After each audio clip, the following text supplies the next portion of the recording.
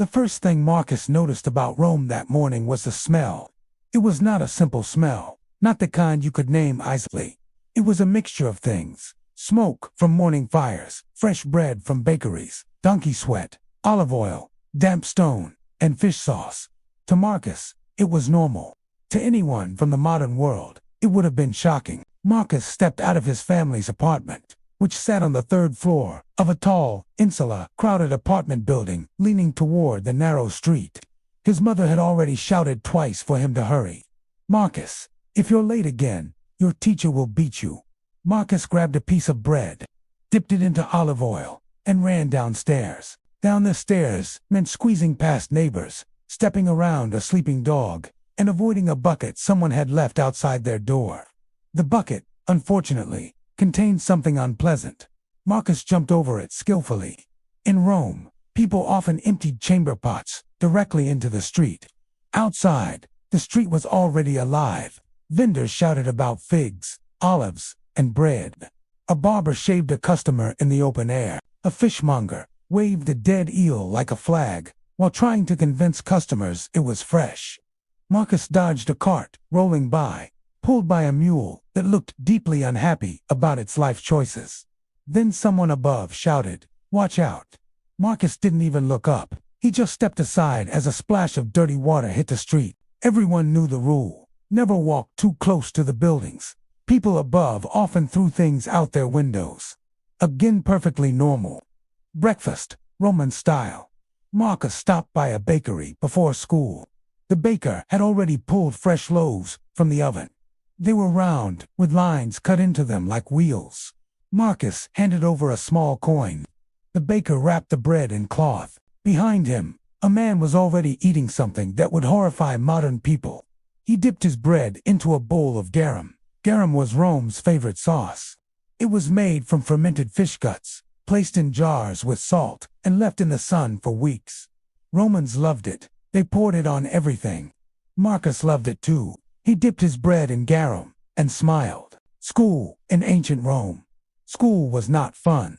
Marcus arrived just as the teacher, Lucius, slammed a stick on the desk. Late again. Marcus shook his head quickly. "Not today." Lucius stared at him, then nodded.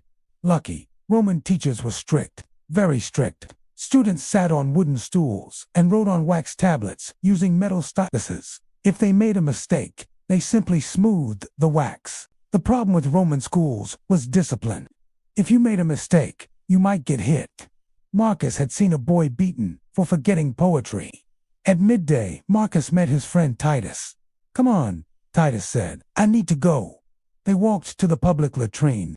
This is where things would feel extremely strange to modern people. Inside was a long stone bench with many holes. No walls, no privacy. Marcus and Titus sat down. A man beside them was telling a story about a gladiator fight while casually doing his business. Next to the wall sat a bucket containing a sponge on a stick.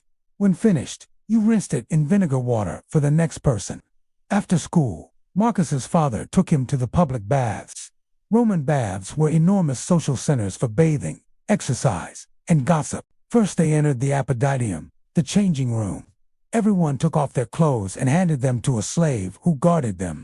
Marcus followed his father into the tepidarium, the warm room. Then the caldarium, a hot, steamy room with heated floors. The heat came from a hypocaustic furnace under the building that pushed hot air beneath the floors.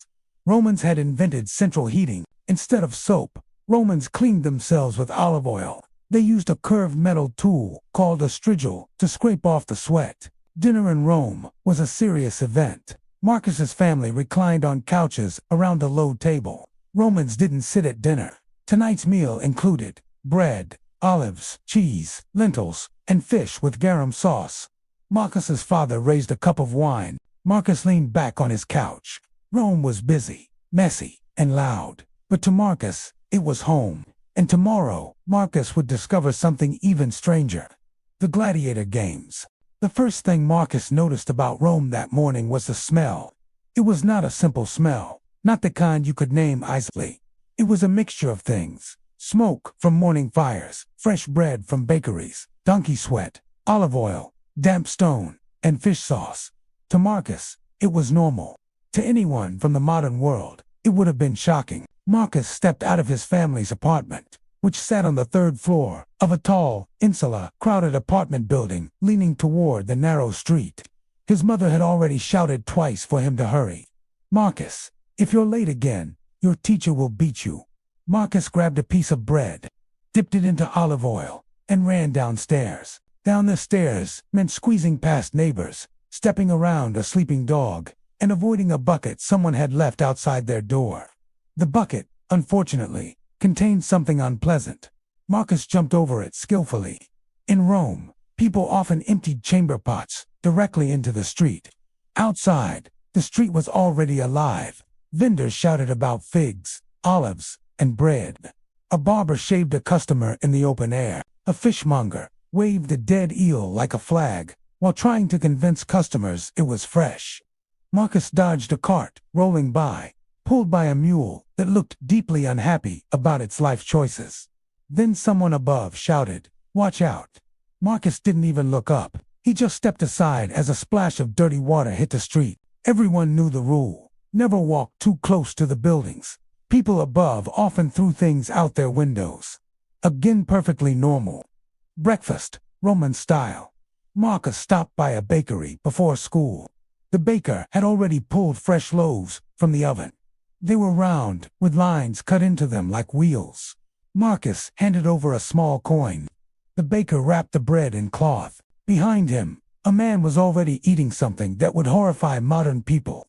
He dipped his bread into a bowl of garum. Garum was Rome's favorite sauce.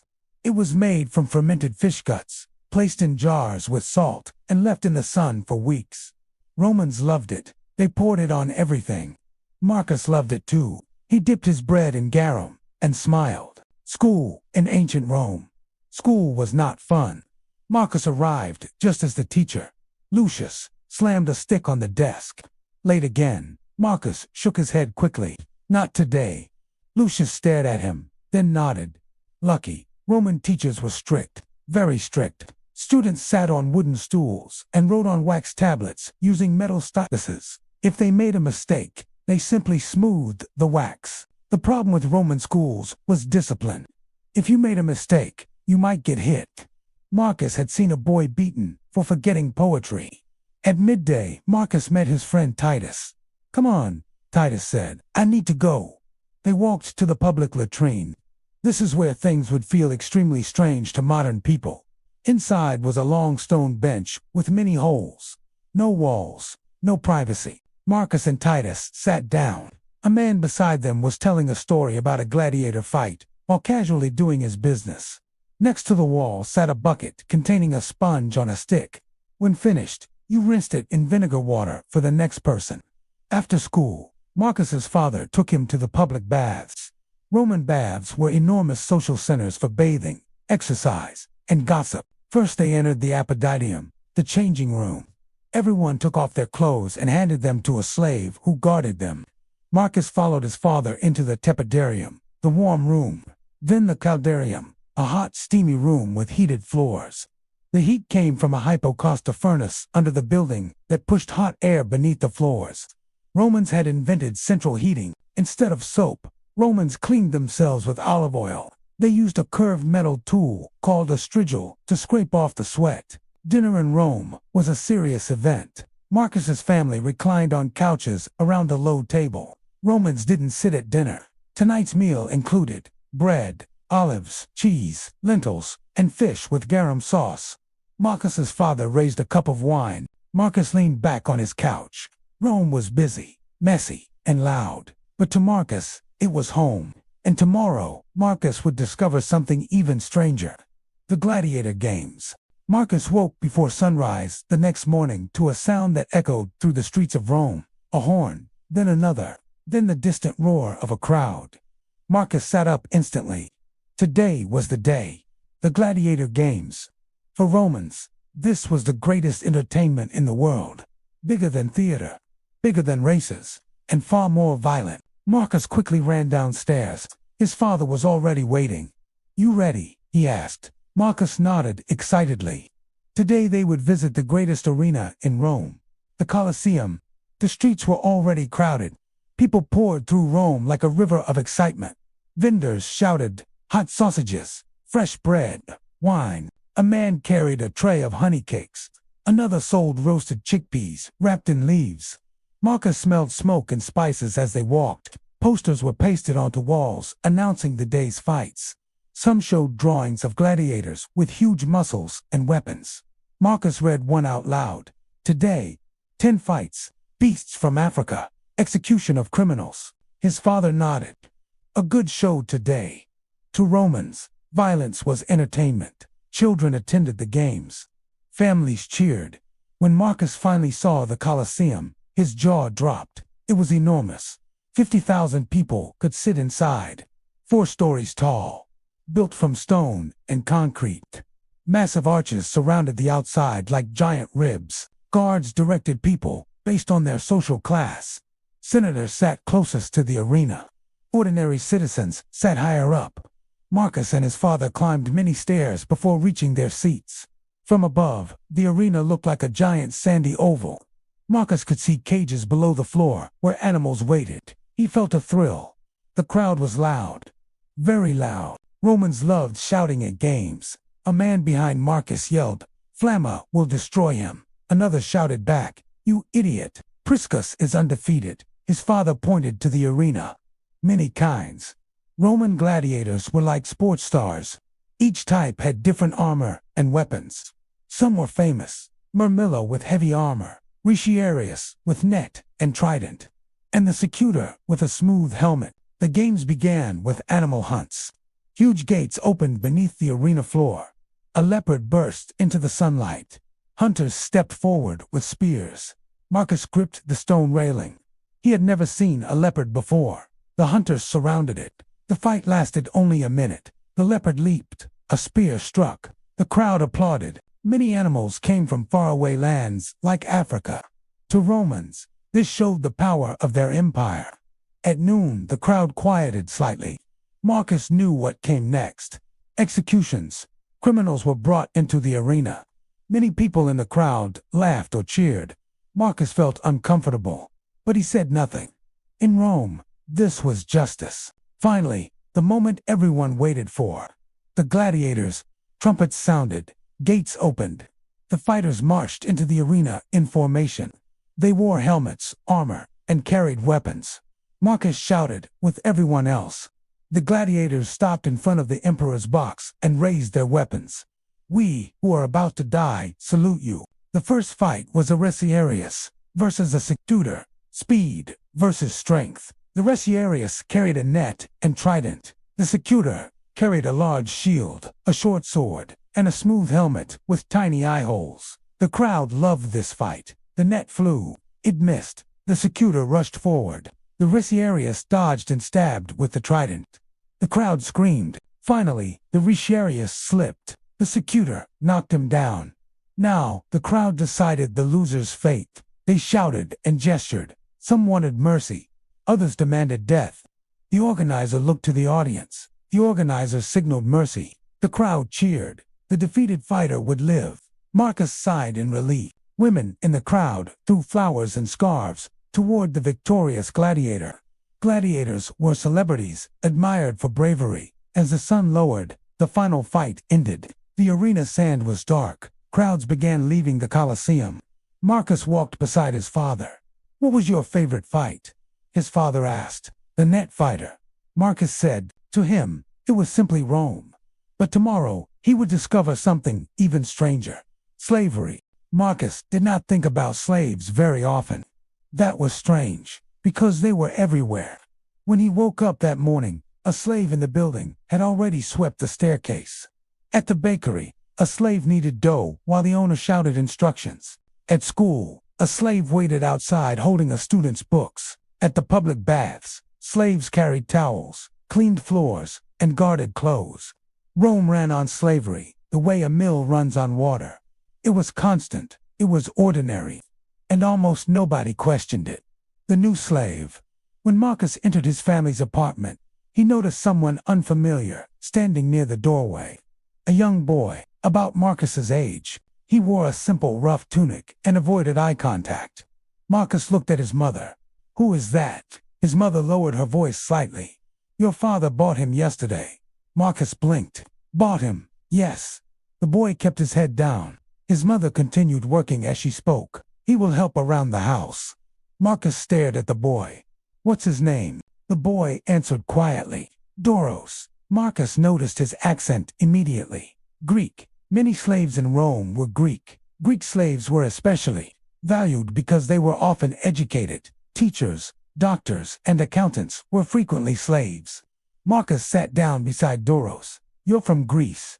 Doros nodded. From near Athens. Marcus had heard of Athens. It was famous for philosophers and scholars. Now a boy from there was standing in Marcus's house as property.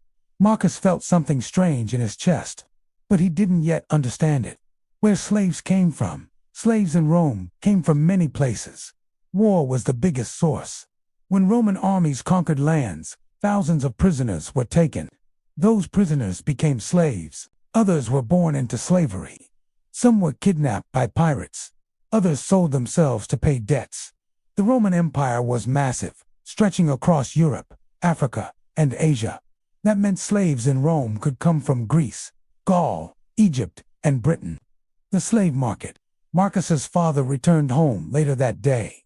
Marcus immediately asked questions. Where did you buy? His father took off his sandals. The market. Marcus had never seen it. The slave market in Rome was famous. Slaves stood on raised platforms. A sign hung around their neck, describing them. Age, skills, health, origin. Buyers inspected them, the way someone inspects animals, checking teeth, muscles, strength. Marcus frowned. Why did you buy him? His father shrugged. Your mother needed help, and Greek slaves make excellent teachers. Life as a slave. Not all slaves lived the same life. Household slaves could cook, teach children, or manage accounts. Others had terrible lives, especially those working in mines, farms, construction, or rowing ships. Mine slaves often died within a few years. Marcus asked Doros quietly. Were you taken in war? Doros shook his head. Pirates. My father was a merchant. Rome had a strained relationship with slavery. Slaves were considered property, but there were also laws protecting them from extreme abuse. Many slaves had a chance to earn freedom. This was called manumission. A freed slave became a freedman, able to own businesses. Later that week, Marcus asked Doros for help with schoolwork. Marcus struggled to translate Greek poetry. Doros read it once, then translated it perfectly. Marcus stared at him. You know Greek literature? Doros nodded. My father was a teacher. Marcus felt embarrassed. Rome also had extremely harsh laws. If a master is murdered, his father explained, all slaves in the household can be executed. Marcus's eyes widened. All of them. His father nodded. It has happened before. That law suddenly felt very unfair. That night Marcus asked Doros something quietly. Do you think you'll ever be free? Doros thought for a long time. Maybe. Rome was powerful. It built roads, aqueducts, and the Colosseum. But behind all that greatness were millions of slaves, living lives they did not choose. To Romans, it was normal. To the future, it would feel very wrong. Marcus didn't yet know how strange Rome really was.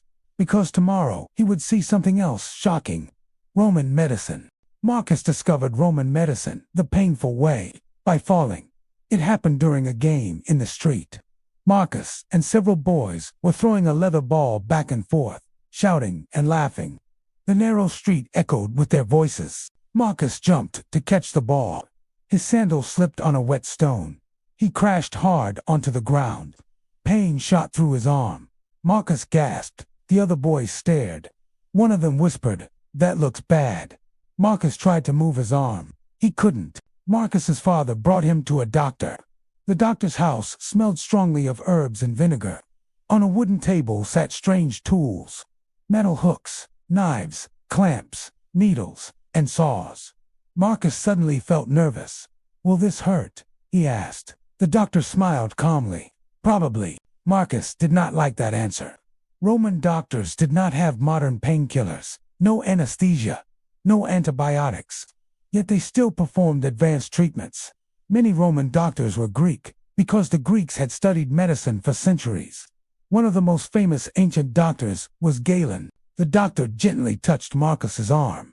Marcus winced. Broken, the doctor said. Marcus gulped. Roman doctors were very skilled at treating broken bones. The doctor prepared wooden splints and cloth bandages. Then he looked directly at Marcus. This will hurt. Marcus barely had time to react. Crack! The doctor pulled the arm straight to align the bone. Marcus shouted loud enough for the entire street to hear. Then the doctor quickly wrapped the arm with splints. There, he said. Marcus breathed heavily. The pain slowly eased, but that was only the beginning of Roman medical strangeness. Surprisingly, Romans had something similar to hospitals, but they were mostly for soldiers. Roman military hospitals were organized and clean. The Roman army believed healthy soldiers were essential. Military doctors could perform complex surgeries. They even used surgical tools that looked similar to modern ones. Archaeologists have discovered Roman scalpels, forceps, catheters, and surgical needles. Some Roman medical knowledge was advanced, but other parts were very strange. Roman medicine followed a belief called the four humors. If these fluids became unbalanced, a person became sick. This led to some very odd medical practices. The most famous was bloodletting. They used knives or leeches to draw blood from patients. Marcus listened in horror as the doctor explained this to his father. Sometimes we remove blood to restore balance. Marcus whispered, that sounds worse than the illness. Roman doctors also used many unusual ingredients. Some treatments included crushed snails, animal fat, goat dung, honey, wine, and herbs. One Roman remedy for headaches involved placing an electric fish on the head. The fish produced shocks that numbed pain. It sometimes worked. Marcus's doctor showed him something terrifying. A surgical saw. If a limb becomes infected, the doctor explained, we must remove it without medicine. The doctor shrugged. Wine helps. Wine was often used as a disinfectant. Patients were given strong wine before surgery, but they were still awake. Roman surgeons worked quickly. Speed meant survival. Marcus felt grateful. His arm only needed splints. While waiting, Marcus heard another patient screaming. What's that? He asked. Dentist, the doctor replied.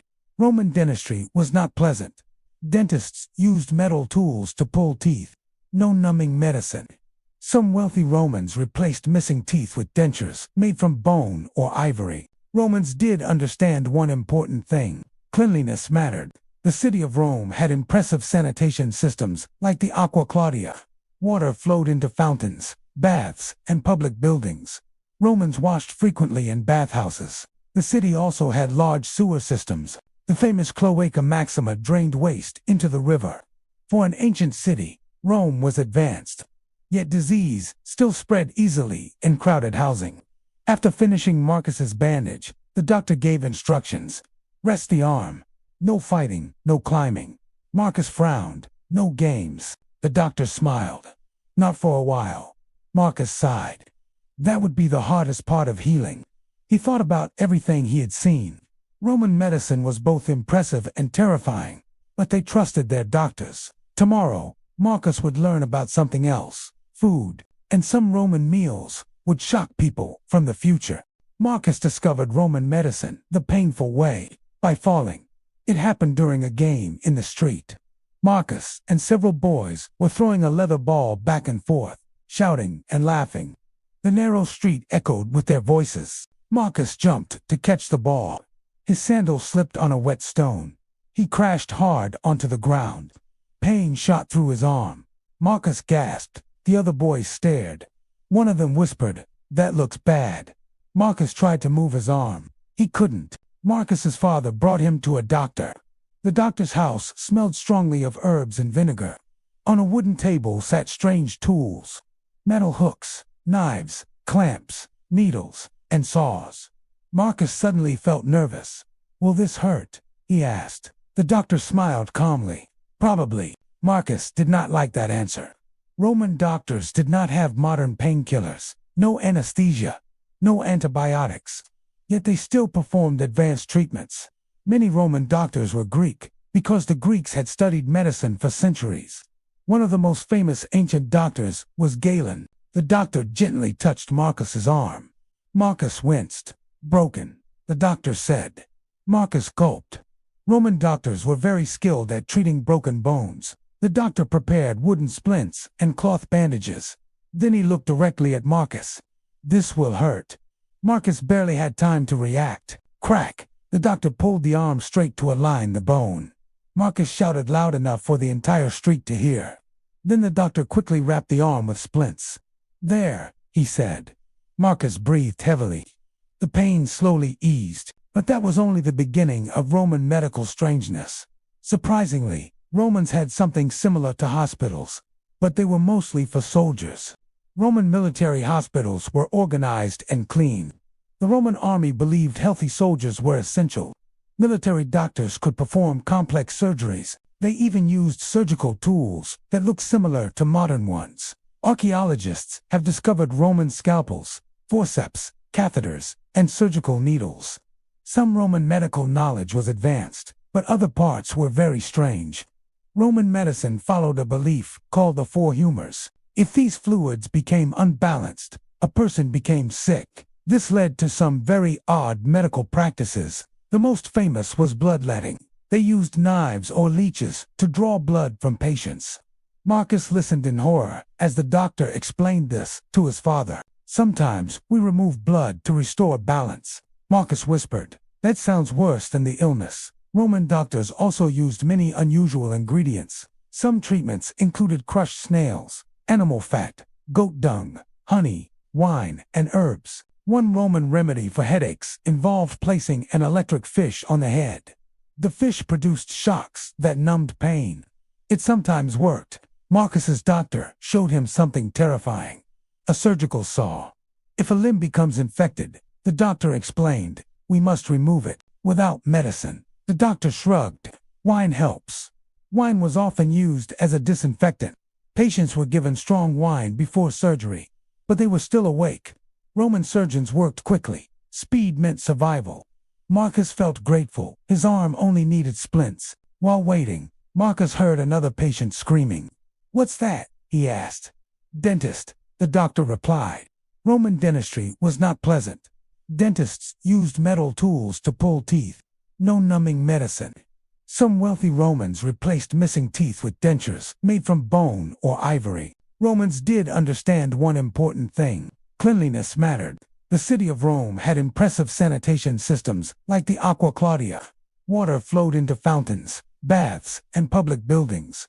Romans washed frequently in bathhouses. The city also had large sewer systems. The famous Cloaca Maxima drained waste into the river. For an ancient city, Rome was advanced. Yet disease still spread easily in crowded housing. After finishing Marcus's bandage, the doctor gave instructions. Rest the arm. No fighting, no climbing. Marcus frowned. No games. The doctor smiled. Not for a while. Marcus sighed. That would be the hardest part of healing. He thought about everything he had seen. Roman medicine was both impressive and terrifying, but they trusted their doctors. Tomorrow, Marcus would learn about something else. Food, and some Roman meals would shock people from the future. In a modest corner of Rome, young Marcus listened as his father revealed an invitation that would change his view of the world forever. Marcus looked at his arm, bound in wooden splints, wondering how he would manage the grand customs of a wealthy senator's banquet. They soon arrived at the senator's grand domus, a towering display of wealth with massive pillars that dominated the narrow Roman street. Inside, the atrium was a marvel of architecture, where rain fell through the roof into a central pool, while slaves lit flickering oil lamps. Entering the dining room, Marcus saw 3 massive couches arranged around a low table, prepared for a night of luxury and political discourse. The boy struggled to find his balance, clumsily reclining on his side as the adults took their places for the evening's first course. The feast began with a startling sight: roasted dormice, glazed in honey and poppy seeds, served on a shimmering silver platter. Encouraged by the senator's hospitable smile, Marcus reached out. The taste was surprisingly sweet, a rich combination of savory meat and syrup. Next came exotic seafood, heavily doused in garum pungent, fermented fish sauce that was the pride of every Roman kitchen. Marcus stared in disbelief as a plate of pink flamingo tongues arrived, a rare delicacy reserved only for the most powerful Roman citizens. Beneath the dining hall, the kitchen was a scene of controlled chaos, inspired by the elaborate recipes of the famous gourmet Apicius. Manners were different here. Guests ate with their hands, occasionally using pieces of flatbread to wipe the juices from their fingers. The wine was never served pure. It was carefully mixed with water in large bowls to ensure the conversation remained sophisticated and lively. But the eccentricities didn't end there. Marcus watched in horror as one guest briefly left to purge, only to return and continue eating. As the main courses were cleared, a lighter mood took over. Trays of honey cakes, fresh figs, and dark grapes were brought forward. Entertainment filled the hall. Musicians played the lyre, while dancers moved with grace, turning the dining room into a theater of the senses. The night finally drew to a close. Marcus and his father stepped back into the cool night air, leaving the senator's eccentric world behind. The boy was silent, his mind filled with images of dormice and flamingo tongues, pondering the strange lives of Rome's ruling elite. As he arrived home and closed his eyes, a poster on a nearby wall hinted that the city's spectacles were only just beginning. The sun rose over Rome, but it wasn't the usual morning. Marcus woke to a roar of laughter and the rhythmic beat of distant drums. Dormice, his family's slave, entered the room. He didn't look tired today. Instead, there was a strange, quiet spark in his eyes. Today is the first day of Saturnalia. Marcus, the world is turning upside down, and for a short time, we are all equals. Marcus rushed into the streets. Gone were the dull white togas. In their place, a sea of vibrant reds, yellows, and blues filled the city. He found his father standing near the forum, wearing a senator's robe, but topped with a bright, silly cap. Marcus couldn't help but laugh. His father explained that during Saturnalia, the strict social ladders of Rome are folded away. For these few days, freedom belongs to everyone. Returning home, Marcus witnessed the most incredible sight of all. His father was in the kitchen, carefully balancing a tray of food. The master was serving the slave. Dormice sat at the grand table, hesitant at first, as he was offered the finest portions of the meal. Outside, the city was a giant playground. On every corner, men were shouting as they threw dice, a pleasure usually forbidden in the open. Children ignored their lessons to play with walnuts, their laughter echoing off the marble walls of temples and homes alike. Then came the exchange of gifts. Small tokens of friendship and love passed between hands, bridging the gaps between status and age. Marcus clutched his new treasures, a carved wooden horse from his father and a delicate clay dog that Dormice had made just for him. By midday, the noise reached a fever pitch. Musicians marched through the streets, their flutes and drums, creating a wild, hypnotic rhythm. Strangers embraced, shouting "Io Saturnalia." It was a time when the stern Roman law gave way to kindness and unbridled joy. As evening fell, the main feast began. The scent of roasted chicken, honey-glazed bread, and olives filled their home. For the first time, Marcus saw Dormice truly relax. He laughed loudly, sharing stories at the same table, where he usually only served. Then came the most anticipated tradition, choosing the Saturnalicious princeps, the mock king of the festival. Using marked sticks, Marcus pulled the winning stick. Crowned with a wreath, he was now the king. His first royal decree, everyone had to sing. His father sang a tavern song so terribly out of tune that the whole house erupted in fits of hysterical laughter. In that moment, Marcus understood. They were honoring the golden age of the god Saturna, time before masters, before slaves, and before greed. Late that night, the noise died down. Marcus and Dormice stood by the window, watching the flickering torches of the night watchmen. They knew this freedom was only a temporary dream. Soon, the order of Rome would return, and their roles would be fixed once more. But as Marcus looked at the stars, he realized that for 1 week, they had seen the world as it could be. And that was enough. A few days after the festival ended, Rome felt normal again, too normal. The laughter of Saturnalia had disappeared. The streets returned to their usual noise of carts, merchants, and arguments. Marcus walked with Doros toward the marketplace. Then he noticed a crowd ahead. Large crowds in Rome usually meant one of three things: a speech, a fight, or a punishment. Marcus hoped it wasn't the last one, but it was. Roman justice. In ancient Rome, punishments were harsh, very harsh. Romans believed strict punishment kept society orderly. Crimes could lead to heavy fines, exile, slavery, or execution. The punishment depended heavily on social status. Wealthy citizens often received lighter punishments. Poor people and slaves received much harsher ones. Marcus pushed through the crowd slowly. "What happened?" he whispered. Someone nearby answered, "Thief." Public whipping. The accused man stood tied to a wooden post. Two guards held whips. The magistrate announced the crime loudly. The man had stolen from a merchant. The punishment was whipping. The guards began. Crack. The whip struck the man's back. Marcus flinched. Crack. The crowd reacted with mixed emotions. Some watched quietly. Others shouted insults at the thief. Public punishment was meant to be a warning to everyone. Marcus turned away after several strikes. He didn't want to watch anymore. The worst punishment. Marcus had heard about a punishment far worse than whipping. One that Romans used mainly for slaves and criminals. Crucifixion. Victims were nailed or tied to wooden crosses and left to die slowly. The process could take hours, sometimes even days. It was meant to be terrifying. Romans wanted everyone to see the consequences of rebellion. Marcus once saw crosses along a road outside the city. He never forgot the sight. Years later, one of the most famous executions by crucifixion would involve Jesus Christ. But at the time Marcus lived, crucifixion was already a common punishment for slaves and criminals. Roman citizens were rarely crucified. Again, status mattered. Punishments for slaves. Slaves could be punished even more severely.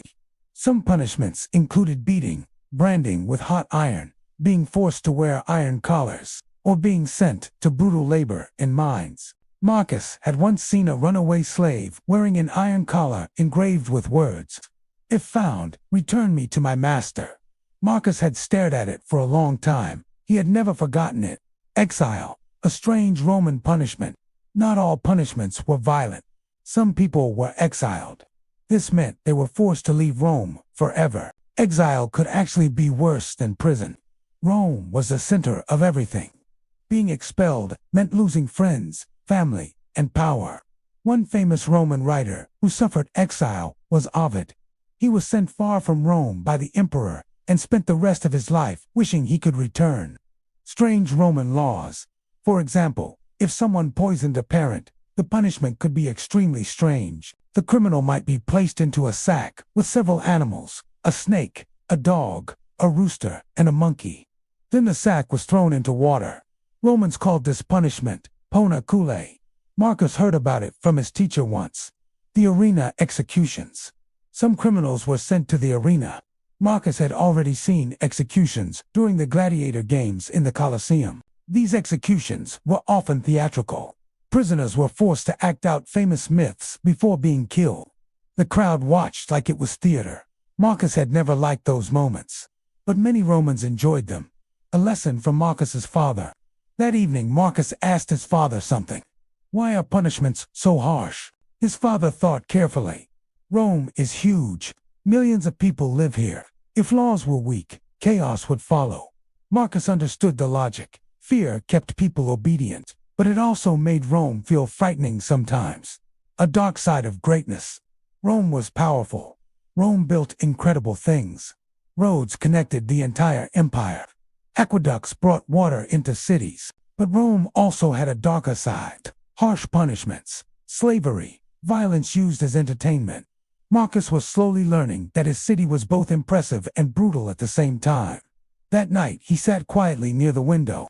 Rome's streets glowed with torchlight. People laughed and talked outside. Life continued as usual. But Marcus now knew something important. The peace of Rome depended on fear. And tomorrow he would see another strange part of Roman life. Roman fashion. Because what Romans wore, and how they wore, it was very different. Marcus hated wearing a toga. He stood in front of the polished bronze mirror, while his mother tried to fix the long piece of cloth "Hold still," she said. "I am holding still," Marcus complained. "You're twisting." "I'm not." The truth was simple. Togas were extremely uncomfortable. Yet for Roman citizens, the toga was the most important piece of clothing. It showed you were Roman. The famous Roman toga. The toga was not sewn like modern clothes. It was a long, heavy piece of wool, cloth sometimes over 5 meters long. Wrapping it correctly required skill. Marcus's father wore one when attending important events. Different types of togas showed different social status. For example, toga virilis, worn by adult male citizens. Toga praetexta, white, with a purple border. Toga candida, bright white, worn by political candidates. Toga picta, purple and gold, worn by victorious generals. Marcus was about to receive his toga virilis soon, marking his entry into adulthood. He wasn't excited about the clothing part. Everyday Roman clothing. Thankfully, most Romans did not wear togas daily. They were too heavy and impractical. Instead, people wore simple tunics. A tunic looked like a long shirt made from wool or linen. Men wore knee-length tunics. Women wore longer ones.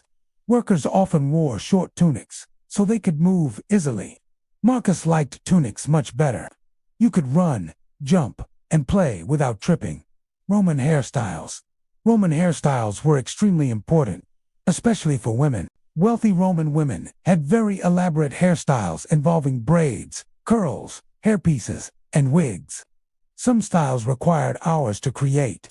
Hairdressers often spent long mornings preparing these hairstyles. Roman women also used wigs made from hair imported from other regions. Blonde hair from Northern Europe was especially fashionable. Darker hair could even be bleached using chemicals or sunlight. Roman makeup. Marcus learned something surprising while watching his mother prepare for a visit. Roman women used a lot of makeup. Common cosmetics included white face powder made from chalk or lead, red lip color from crushed insects, and black eyeliner made from soot. Lead-based makeup could poison the skin, but beauty standards were important. Looking pale was fashionable because it showed someone did not work outdoors. Strange beauty treatments. Roman beauty routines could be very unusual. Some treatments included bathing in donkey milk and applying crocodile dung. Marcus once heard about a famous Egyptian queen who bathed in milk to keep her skin soft. That queen was Cleopatra. Roman jewelry. Romans loved jewelry. Both men and women wore rings, bracelets, necklaces, and brooches. Rings were especially common. Some rings acted like personal stamps. They had carved designs used to seal letters in wax. Perfume in Rome. Rome smelled like many things: bread, smoke, animals, sewers. Because of this, Romans loved perfume. Perfumes were made from flowers, herbs, and oils. Common scents included rose, cinnamon, myrrh, and saffron. A strange fashion law. At one point, laws even tried to limit luxury. One famous law was the Appian Law. It restricted how much jewelry women could wear. But many Roman women hated it. Eventually, they protested loudly in the streets. Clothing and social status. In Rome, clothing immediately showed your social position. Senators wore tunics with wide purple stripes. Knights wore narrower purple stripes. Slaves usually wore simple rough clothing. By looking at someone's clothes, Romans could guess their status. Marcus's toga day. Finally, the day arrived when Marcus would officially become an adult citizen. His father handed him a new white toga. Marcus struggled to wrap it properly. After several attempts, it finally looked acceptable. Marcus looked in the mirror. Wearing the toga meant he was now a full Roman citizen. He could participate in public life, vote, conduct business. Rome's strange style. Roman fashion was both simple and complicated. From giant hairstyles to heavy togas, it was very different from modern fashion. Marcus stepped outside carefully, trying not to trip. He was officially an adult now, ready to witness the loud and dramatic world of Roman politics. Marcus's first experience with Roman politics happened only a few days after he received his toga virilis. His father woke him early. "Come with me today," his father said. "Where are we going?" Marcus asked. "To the Forum." Marcus's eyes widened. The Roman Forum was the political heart of Rome. If something important was happening in the city, it was probably happening there. When Marcus arrived, the Forum was already crowded. People filled the open square between enormous stone buildings. Temples rose toward the sky. Statues of famous leaders stood along the roads. Merchants, lawyers, politicians, and citizens moved through the space like waves. Marcus felt small. "This is where Rome runs," his father said.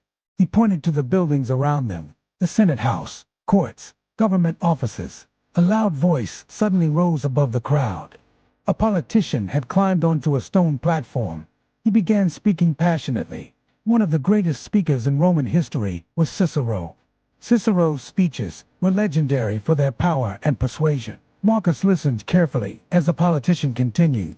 The speech attacked another politician for corruption. The crowd reacted loudly. Some people cheered.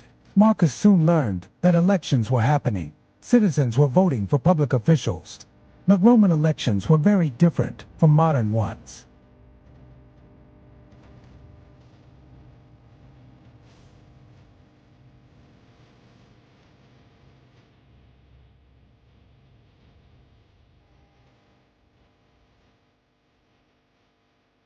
Marcus noticed something suspicious. One candidate handed small bags of coins to several men. Marcus whispered to his father, "Is that allowed?" His father shrugged. "Officially, no. Does it happen anyway? Yes." Bribery was technically illegal, but it was common. Winning elections often depended on money and connections. Powerful men competed fiercely. Marcus heard people arguing about Julius Caesar and Pompey. These men had once been allies, but their rivalry eventually led to civil war. The conflict changed Rome forever. Marcus listened carefully. Politics in Rome was not just about speeches. Sometimes it led to armies marching. Marcus's father pointed toward a large building. "That is where the Senate meets." The Roman Senate was a powerful political body. Senators debated laws and advised the government. Many famous Roman leaders had served there, but the Senate was also full of intense rivalries. Marcus had heard one dramatic story many times. It happened inside the Senate itself. Years earlier, Julius Caesar had been killed. A group of senators feared his growing power, so they stabbed him during a meeting. Marcus remembered the famous words, "Et tu, brute." Marcus shivered thinking about it. Politics could literally be deadly, his father explained. If people are happy, they complain less. Roman leaders often kept the population satisfied with two things: free grain and public entertainment. This idea became known as bread and circuses. Citizens received free food and exciting games in places like the Colosseum. While people enjoyed themselves, politicians maintained control. Marcus realized the gladiator games he loved were political tools. By Marcus's time, Rome was ruled by an emperor with enormous power. The emperor commanded the armies, controlled finances, and influenced the Senate. Many emperors ruled wisely, but others were cruel or unpredictable. Marcus had heard stories about strange rulers.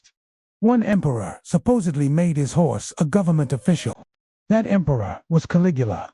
After several hours in the Roman Forum, Marcus was exhausted.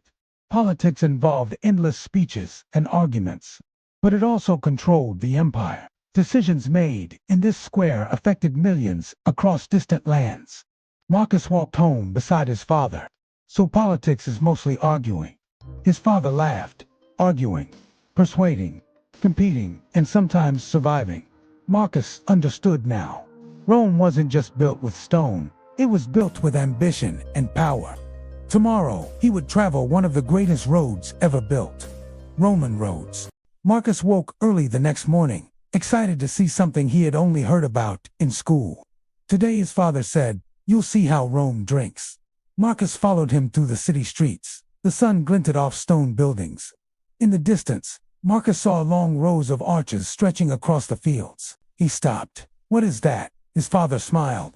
"That, my son, is an aqueduct." The particular aqueduct Marcus visited was the Aqua Claudia, one of the largest and most famous in Rome. It stretched over 69 kilometers from springs outside the city into the heart of Rome. Marcus stared at the enormous arches. "They're huge," he whispered. "Yes, his father said, and built entirely without modern machines. Roman aqueducts were built with precision. They carried water from distant sources into the city using only gravity. The channels were slightly sloped to ensure water flowed smoothly. Some aqueducts ran underground. Others crossed valleys on massive arches. Marcus noticed a small channel atop the arches. "This carries the water?" he asked. "Yes," his father replied. Stone channels, lined to prevent leaks. The Romans used concrete, stone, and careful engineering to keep water flowing for miles. Marcus soon realized how important aqueducts were. They supplied water for public fountains, baths, private homes, sewers, and drinking water. Marcus walked along the edge of the aqueduct channel. The water moved silently but steadily. It seemed almost magical. Marcus's father led him toward one of the public baths. Bathhouses relied on aqueduct water. Romans used baths for more than hygiene. Baths were social hubs, pools of hot, warm, and cold water, steam rooms, massage tables, and exercise areas. Romans spent hours here. Marcus noticed public fountains in the forum. These fountains poured clean water thanks to the aqueducts. Citizens could collect water for cooking. Some fountains were beautifully decorated. Sculptures of gods or animals adorned the stone basins. Marcus watched a small child drink straight from one. Marcus's father explained the difficulties. They had to cross hills and rivers. Sometimes tunnels were dug straight through mountains. All of it had to maintain a perfect slope. One miscalculation and water would stagnate. Yet Romans built aqueducts that lasted centuries. Marcus also visited the famous sewer system called the Cloaca Maxima. It drained waste from the city into the Tiber River. The combination of aqueducts and sewers allowed Rome to grow. Marcus thought about it. Clean water and waste carried away separately. Marcus asked, "Doesn't the water get dirty?" His father nodded. The aqueducts had to be maintained constantly. Workers repaired leaks and cleared debris. Even small cracks could block the flow. The city had engineers dedicated solely to this task. As the sun set behind the aqueduct arches, Marcus sat and watched the water flow. He thought about everything he had seen. Rome was strange, beautiful, brutal, ingenious. Tomorrow, he would explore something even stranger: Roman religion. Marcus thought becoming an adult meant school would get easier. He was wrong. The next morning, he returned to lessons with his teacher, Lucius. The classroom was a simple room near the busy streets of Rome. There were no desks, just wooden stools and small writing tablets. Lucius stood at the front holding something Marcus knew very well: a stick. Marcus sighed quietly. Roman education was serious business. Not every Roman child went to school. Education was mostly available to wealthy families, upper-class citizens, and children of merchants. Poor children often worked instead. Many slaves were educated, though, especially Greek slaves, like Doros, who acted as tutors. Marcus was lucky. His father valued education. Knowledge, his father often said, is power. Roman education usually happened in 3 stages. The first was primary school, where young children learned basic reading, writing, and simple math. They practiced letters using wax tablets. A stylus scratched words into soft wax. If they made mistakes, they simply smoothed it and tried again. The second stage was grammar school. This was Marcus's current stage. Here, students studied literature and language. They read famous works, like the Aeneid by Virgil. His teacher believed memorization built discipline. Marcus believed it built headaches. The final stage was rhetoric school. It trained students to become great speakers. Public speaking was vital for future politicians and lawyers. One of the greatest examples was Cicero. His speeches were studied by students across the empire. Marcus hoped he'd never have to speak in public. Lucius suddenly struck the table with his stick. "Marcus," he said sharply, "recite the next lines." Marcus stood and began quoting from memory. Halfway through, he forgot a word. Lucius raised his eyebrow, the stick tapping against his palm. Marcus corrected himself quickly and finished. Lucius nodded. "Sit down." Marcus exhaled in relief. Roman teachers believed discipline made students stronger. Punishments included hitting with sticks, whipping, and public humiliation. Roman students also learned Greek. Greek culture was highly respected. Marcus often practiced Greek with Doros at home. Doros turned out to be an excellent teacher. Sometimes Marcus learned more from him than from school. Instead of paper, they used wax tablets, wooden boards, and papyrus. Ink pens were made from reeds, and ink from soot mixed with oil. School days were long. Students started at sunrise and often continued until afternoon. There were few holidays, even during festivals, Marcus once complained. Lucius responded with a famous saying, "Learning does not rest." Marcus strongly disagreed. Most girls learned at home. Wealthy families hired tutors to teach daughters reading, writing, and household management. Education prepared young men for careers in law, politics, and business. Without it, rising in Roman society was difficult. After a long day, Marcus walked home with Doros. "My head hurts," Marcus said. Doros laughed. "That means you learned something." Roman education was demanding and strict, yet it helped shape the leaders of the massive empire. Tomorrow, Marcus would see a different side of Rome: entertainment, theaters, chariot races, and massive crowds. Romans loved excitement. The largest stadium in Rome.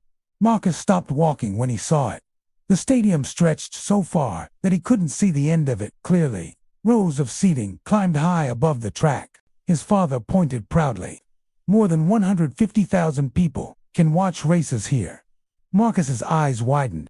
That was more people than in any other place he had ever seen. Crowds were already pouring inside. Vendors shouted. Musicians played.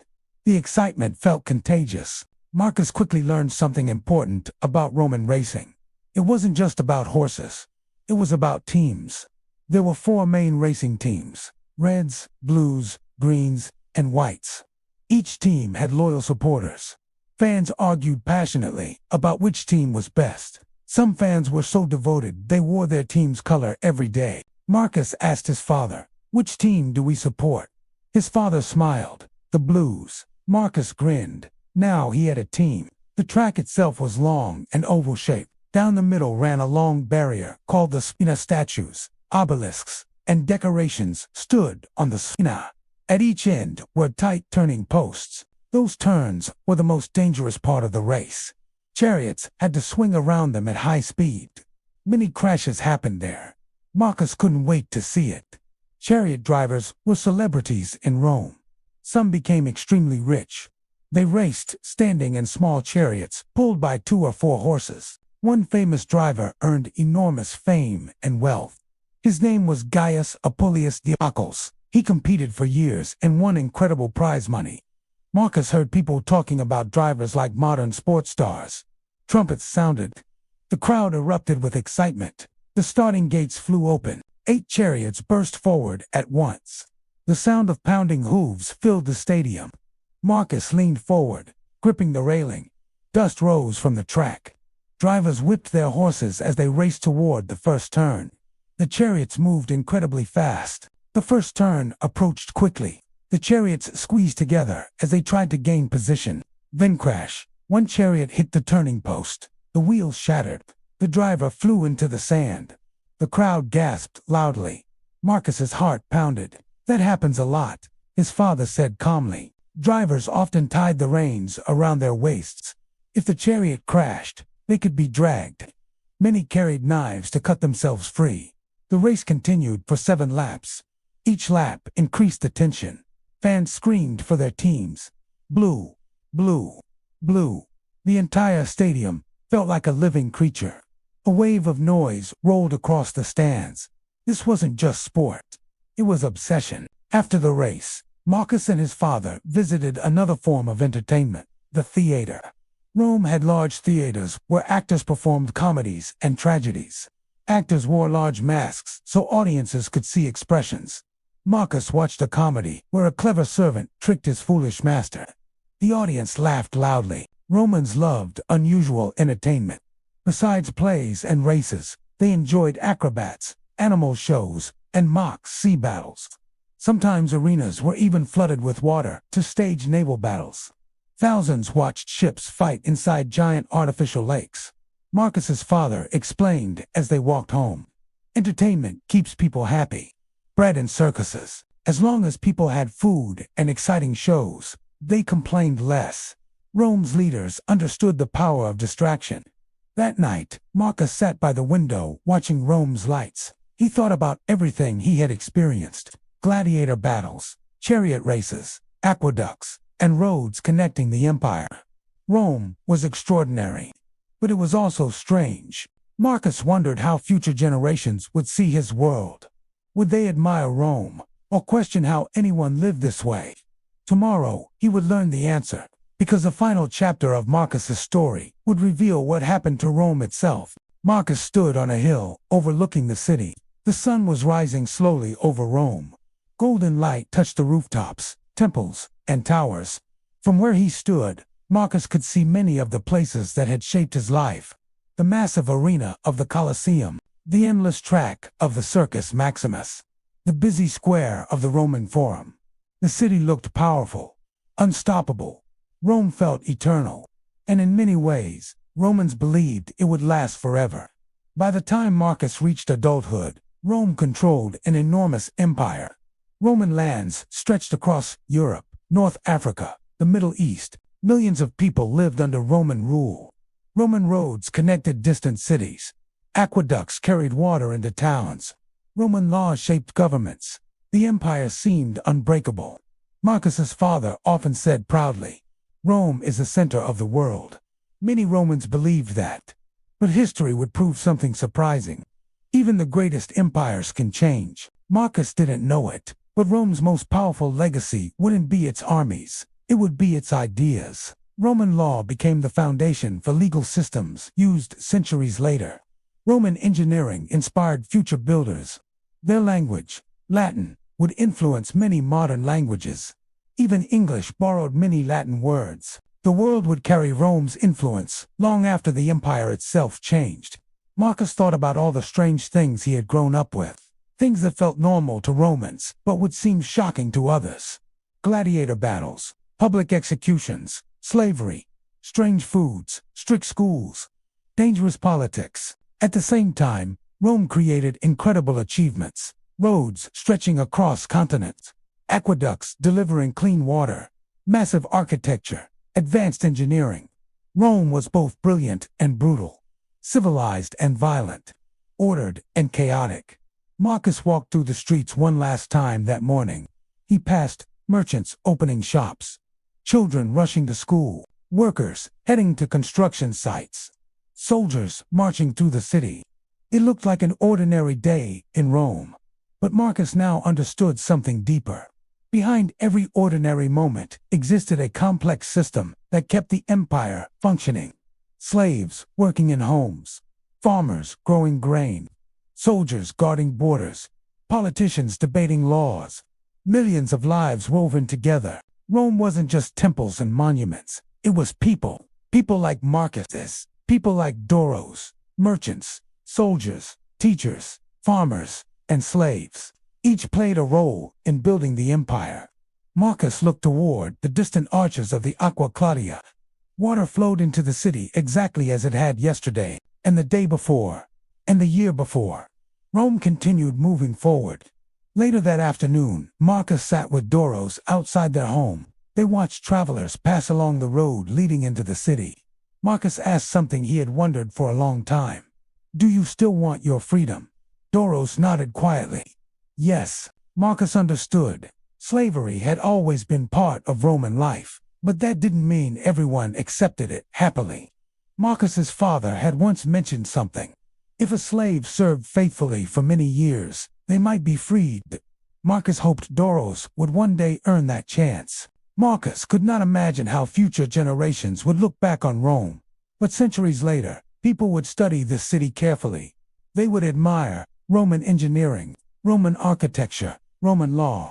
They would walk through the ruins of places like the Colosseum and wonder how such massive structures were built. At the same time, they would question some Roman customs, the violence of gladiator games, the cruelty of certain punishments.